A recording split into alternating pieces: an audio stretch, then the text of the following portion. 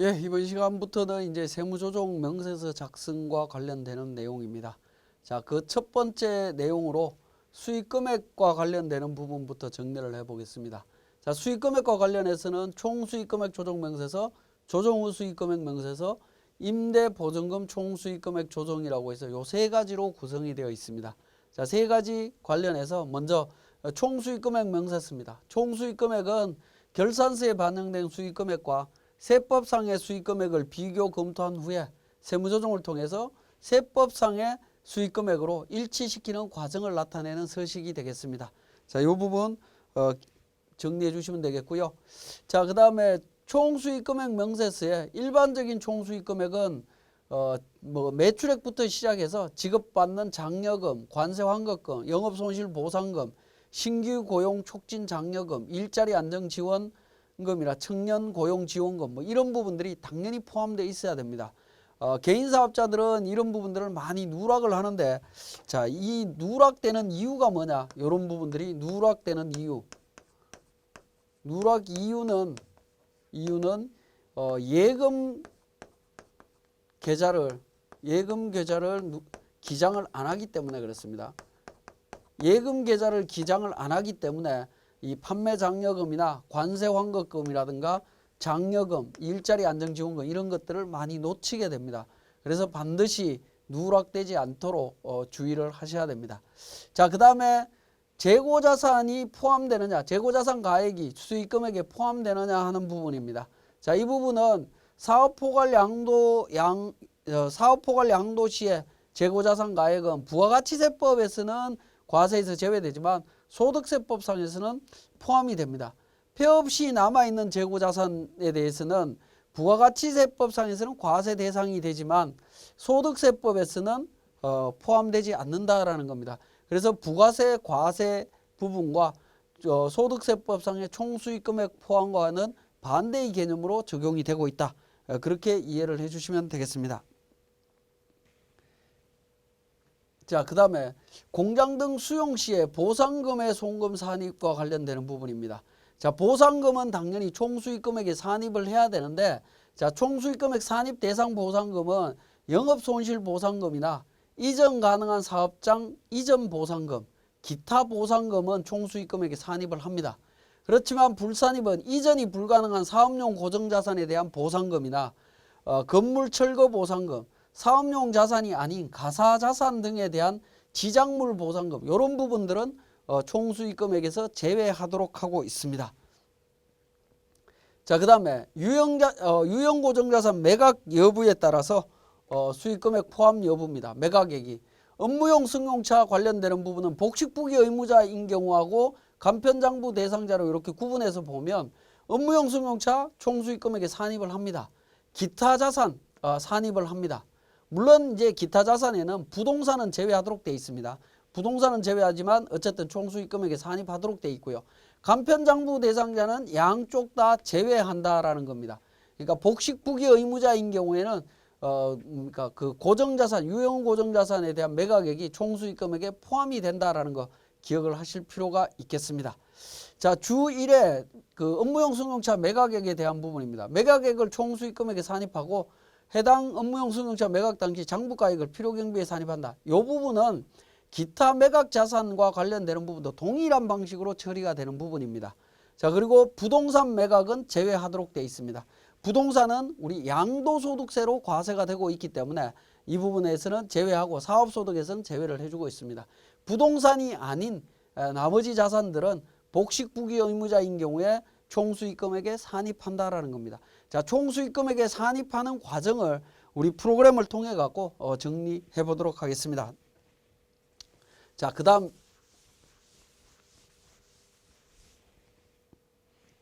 내용으로 들어갑니다. 자, 총수익금액 조정명세서에서 또 포함을 해야 되는 부분은 부가가치세법상의 세액공제가 포함되느냐 하는 부분입니다. 총수익금액에 부가가치세법에 보면 이제 신고세액공제, 신용카드 매출세액공제, 매입세액공제, 의제매입, 재활용, 전자세금계산서 발행과 관련되는 부분. 지금 이제 전자세금계산서 발행세액공제는 지금 없어졌습니다. 과거에 있었지만 지금은 없습니다. 자, 전자신고세액공제는 일반 과세자 경우에 기장이든 축이든 전부 다 포함합니다. 간이과세자는 기장 신고를 하면 무조건 제외하도록 되어 있습니다. 근데 축의 신고 시에는 포함이 된다라는 거죠. 그래서 주의해서 보실 거는 간이과세자의 경우에 전자신고세액 공제나 신용카드 매입세액, 의제 매입, 재활용 관련되는 부분이 전부 다 제외되도록 되어 있습니다. 제외되도록 되어 있지만 수익금액 안내가 나올 때 국세청에서 수익금액에 대한 안내 자료에는 이 내용이 포함이 되어 있다라는 겁니다. 그죠? 이 내용이 포함돼서 나오기 때문에 축의 신고가 아닌 기장 신고를 할 때는 간이과세자인 경우에는 제외를 해야 되는 거고요. 일반 과세자인 경우에도 매입세액이나 의제 매입세액 관련되는 부분들은 제외하도록 되어 있습니다. 기장에 의해서 신고할 때는 제외하도록 되어 있기 때문에 이 부분도 챙겨보시면 되겠습니다. 자, 조정 후 수익금액 명세서가 되겠습니다.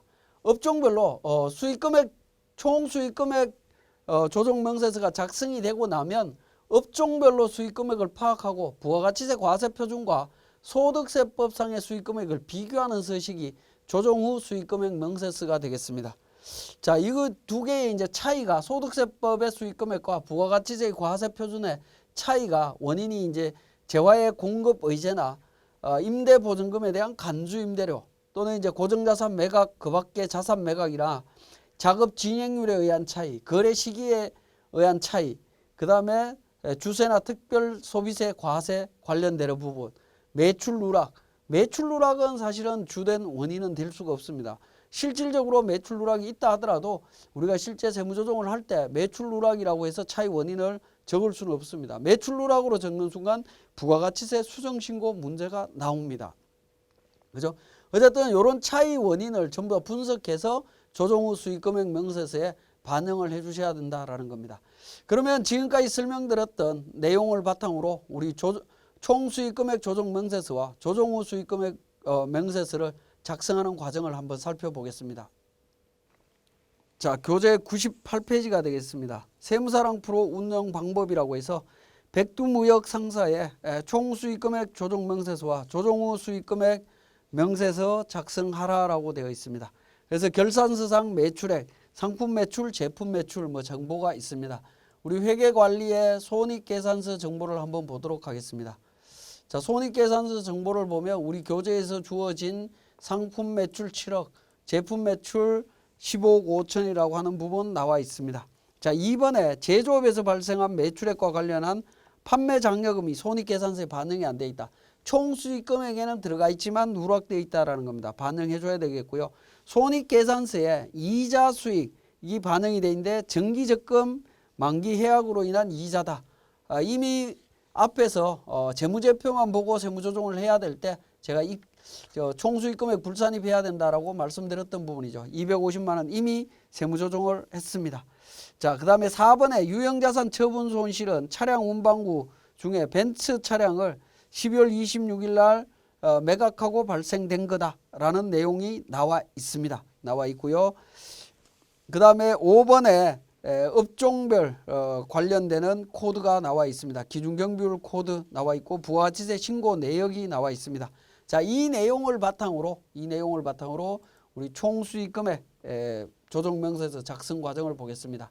자, 개인 조정에서 표준재무제표 수익금액 조정에 총수익금액 조정명세서가 있습니다. 자, 요걸 클릭하셔서 내용 살펴보겠습니다. 자, 조정명세서 작성하는 순서는 우리 1번 분홍색 박스로 있는 네모 박스에 있는 1번, 2번 순서가 있죠. 이 순서대로 작성을 하시면 됩니다. 그래서 먼저 수익금액 조정 계산부터 일단 결산상 수익금액을 반영을 하시고요. 2번에 수익금액 조정으로 가서 가나다에 관련되는 세무조정을 하시면 됩니다. 가나다에 대한 세무조정은 상단 부분에 탭으로 이렇게 구성이 되어 있습니다. 구성된 대로 진행하시면 됩니다. 자, 먼저 계정 과목과 관련해서 결산상 수익금액부터 반영을 하겠습니다. 자, 결산상 수익금액은 매출 조회를 통해서 F4번 매출 조회를 통해서 상품 매출 반영을 합니다. 마찬가지로 제품 매출도 매출 조회를 통해서 제품 매출 반영을 합니다. 나머지 매출 조회를 통해서 영업 외 수익이나 이런 쪽에 반영되어 있는 부분이 매출액에 해당이 되는 부분이 있다면 포함을 시키시면 되고요. 없다면 그대로 무시하시면 되겠습니다. 자, 이렇게 정리를 하신 다음에 작업 진행률에 의한 수익금액, 장기 할부 판매 관련되는 수익금액, 기타 수익금액으로 정리를 해주시면 됩니다.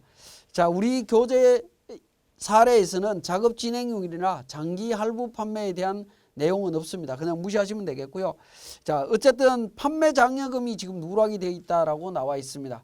그래서 세 번째 탭에 있는 기타 수익금액 쪽에서 29번 9번에 판매 장려금이라고 입력을 합니다. 그리고 수익금액 30번에 수익금액 1,000만 원 누락되어 있죠. 1,000만 원 입력을 합니다. 1,000만 원 입력하고요. 자, 고정자산 양도와 관련되는 부분인데 우리 교재 96페이지에 유형자산 처분 손실과 관련되는 부분이었습니다. 자, 유형자산 처분 손실은 우리 재무제표만 보고 바로 세무조정으로 필요경비 불산입해야 된다라고 제가 말씀을 드렸던 부분입니다. 그죠? 기업회계 기준에 따라서 순액법으로 회계 처리했던 결과물인 처분 손익에 대해서는 세무조정으로 정리를 했고 이 부분을 소득세법에서 총액법으로 세무조정하도록 요구를 하고 있기 때문에 거기에 맞춰서 세무조정을 하면 됩니다.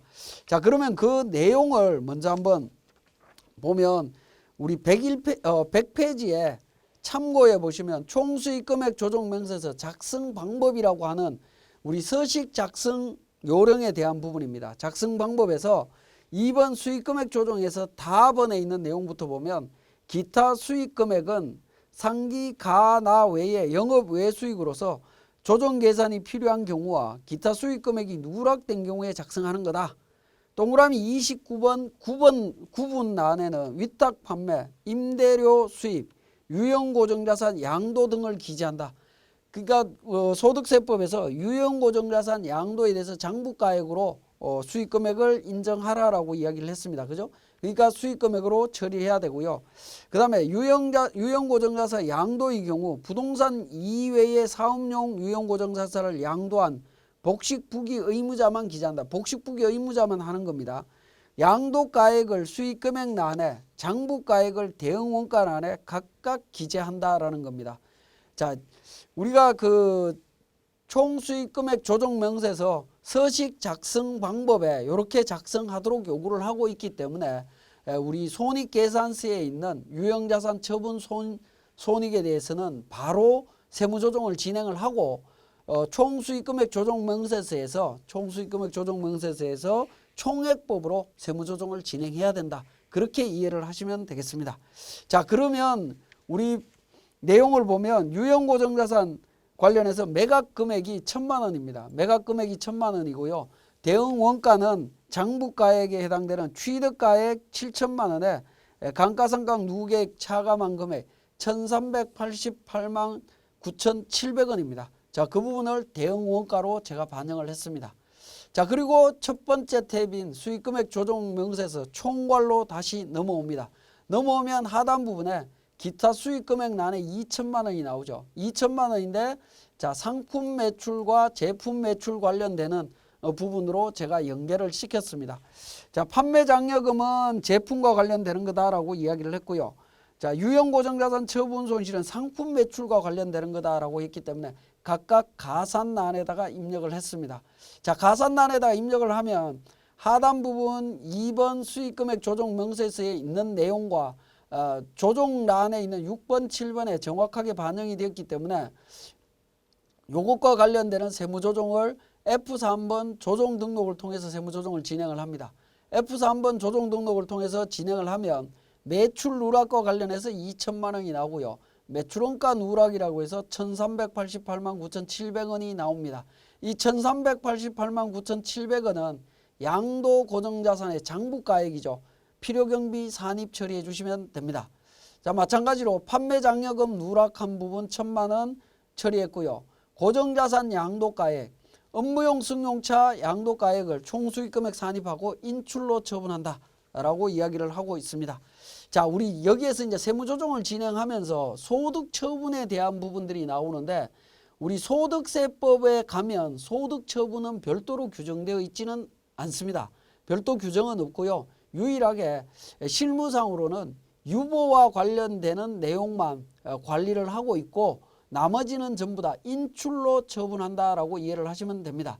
가끔씩 우리 프로그램에는 보면 유보, 추인, 상여, 기타소득, 기타사회이출, 인출 뭐 이렇게 표현을 하고 있는데 상여나 기타소득 이런 소득 처분은 할 수가 없습니다. 개인소득세법에는 소득처분 규정이 없기 때문에 정리할 수 없습니다. 이 부분은 우리 법인 조정 내용을 그대로 끌고 오다 보니까 프로그램에서 연계시켜서 활용을 하다 보니까 이런 내용들이 나타나는데 소득세법의 소득처분은 유보와 인출만 있다. 이렇게 이해를 하시면 될 것 같습니다.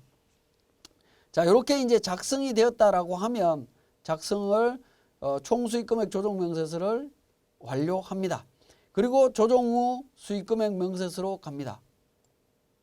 자, 조정 후 수익금액 명세서는 기본적으로 업종별 수익금액 명세서와 부가가치세 과세표준 등 총수익금액 차액 검토 두 가지 난으로 구성이 되어 있고 상단 부분에 있는 업종별 수익금액 명세서는 업종 코드 분류대로 구분을 해주시면 되겠습니다. 자,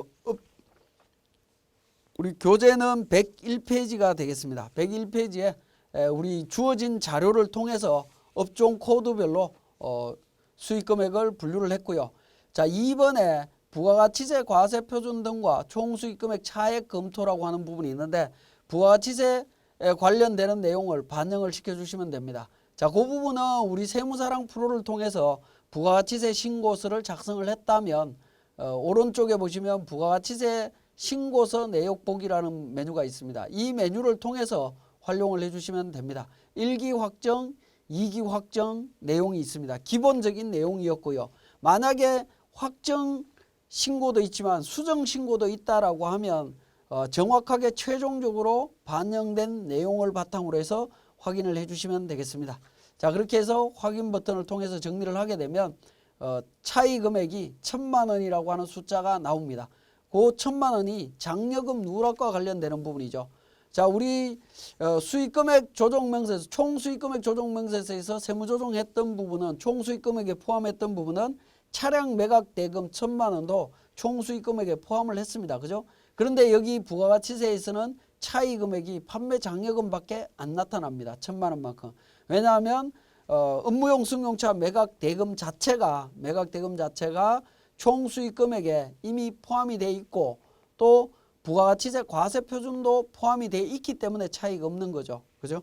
그래서 복식부기 의무자의 경우에는 고정자산 매각과 관련되는 부분은 부동산을 제외한 고정자산 매각과 관련되는 부분은 조정 후 총수익금액 명세서에서 차이가 발생하지 않는다라고 볼 수 있습니다. 자, 그 내용이 우리 교재 102페이지에 동그라미 4번에 복식부기 의무자의 고정자산 매각액은 총수익금액에 포함되므로 부가가치세 과세표준과 차이가 원칙적으로 발생하지 않는다라고 제가 내용에 적어놨습니다. 자, 여기까지 조정 후 총수익금액 조정명세서와 조정 후 총수익금액 명세서 작성에 대한 내용이었습니다.